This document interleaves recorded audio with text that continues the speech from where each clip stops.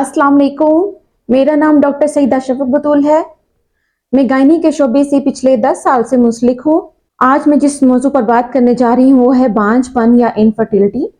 ऐसे हम कौन से लाइफस्टाइल अपनाएं जिससे हम जल्दी प्रेग्नेंट हो सकें या कंसीव कर सकें। सबसे पहले आ जाता है वेट रिडक्शन।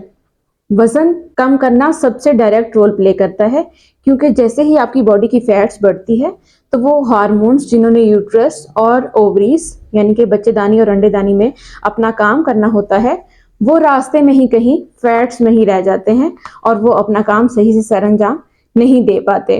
दूसरे नंबर पे आ जाती है एक्सरसाइज। एक्सरसाइज का भी बहुत मेन रोल है इसमें। एक्सरसाइज हमारी सर्कुलेशन को इंक्रीज करती है और सर्कुलेशन इंक्रीज होने से यूट्रस और ओवरीज की ब्लड सप्लाई बढ़ती है, जिससे प्रेगनेंसी अचीव करने में बहुत अच्छे रिजल्ट्स नजर आते हैं। फोर्थ नंबर पे आ जाता है फर्टिलिटी पीरियड। फर्टिलिटी पीरियड वो एग्जैक्ट टाइम है जिसमें औरत को प्रेगनेंसी के चांसेस सबसे ज्यादा होते हैं और अमूमन औरतों को अपने फर्टिलिटी पीरियड का नहीं पता होता, जिसकी वजह से वो अच्छे रिजल्ट्स नहीं ले पाती। तो फर्टिलिटी पीरियड आप खुद भी कैलकुलेट कर सकती हैं घर में। फॉर एग्जाम्पल कि अगर आपको 30 दिन के बाद डेट आती है तो आपकी डेट का जो 30वां दिन है, 30वें दिन से आप 14 दिन पहले कैलकुलेट करेंगे। या अगर आपको 40 दिन के बाद डेट आती है तो आप 40 दिन से 14 दिन पीछे आएंगे और 14 दिन पीछे आने के बाद जो डेट होगी उसके 2 दिन बाद और 2 दिन पहले वो 4 दिन आपके फर्टिलिटी के पीरियड होंगे।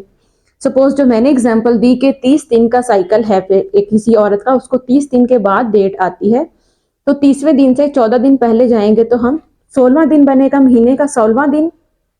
16 डेट से 2 दिन ऊपर मतलब 18 तक और 2 दिन नीचे 14, मतलब 14 से 18 उस फीमेल का फर्टिलिटी पीरियड है। फीमेल्स और मेल्स में फर्टिलिटी पीरियड की सिग्निफिकेंस इसलिए है कि औरत का अंडा बहुत ही फ्रेजाइल होता है। वो 1 या 2 दिन मुश्किल से जिंदा रहता है, सरवाइव करता है। तो 24 आवर्स जो ओव्यूलेशन का टाइम होता है, जैसे ही एग रिलीज होता है उसी टाइम में अगर आप अपने हस्बैंड से नहीं मिलती तो वो एग आपका जाया हो जाता है। पूरा महीना इतनी कोई वैल्यू नहीं रखता। तो इसलिए जो आपका फर्टिलिटी पीरियड होता है इसमें ये एडवाइस किया जाता है कि आप हर अल्टरनेट डे पे या डेली बेसिस पे आप अपने हस्बैंड से मिलें। मेल के जो स्पर्म्स होते हैं उनका सर्वाइवल डेज 5 to 7 डेज होता है, इसलिए उसमें कोई इतने हार्ड एंड फास्ट रूल्स नहीं है। 5वें नंबर पे आ जाता है फॉलिक एसिड। फॉलिक एसिड्स आपको किसी भी फार्मेसी से मिल जाती हैं। आप घर में डेली की एक टैबलेट यूज करें, ये प्रेगनेंसी अचीव करने में बहुत ज्यादा हेल्प आउट करेगी और इससे बहुत अच्छे रिजल्ट्स नजर आते हैं।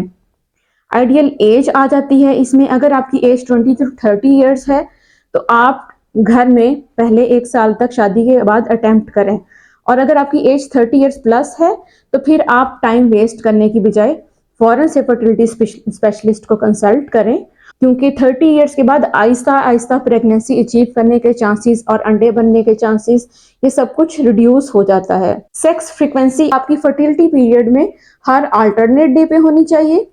And then we come to the positions. जिन औरतों का रहम सीधा होता है, मतलब आगे की तरफ होता है, और उसका रहम का मुंह जिसको सर्विक्स कहते हैं वो पीछे की तरफ होता है नॉर्मली 70% फीमेल्स में, तो उनमें नॉर्मली आप हस्बैंड से मिलने के बाद अगर सीधी लेटी रहती हैं तो उसकी सीमन जो है वो वेस्ट नहीं होती और वो अपना रास्ता अंडे की तरफ बना लेती है।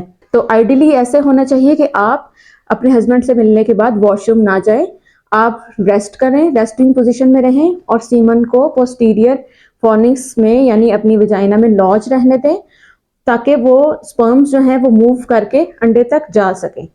आप उनको वॉश ना करें।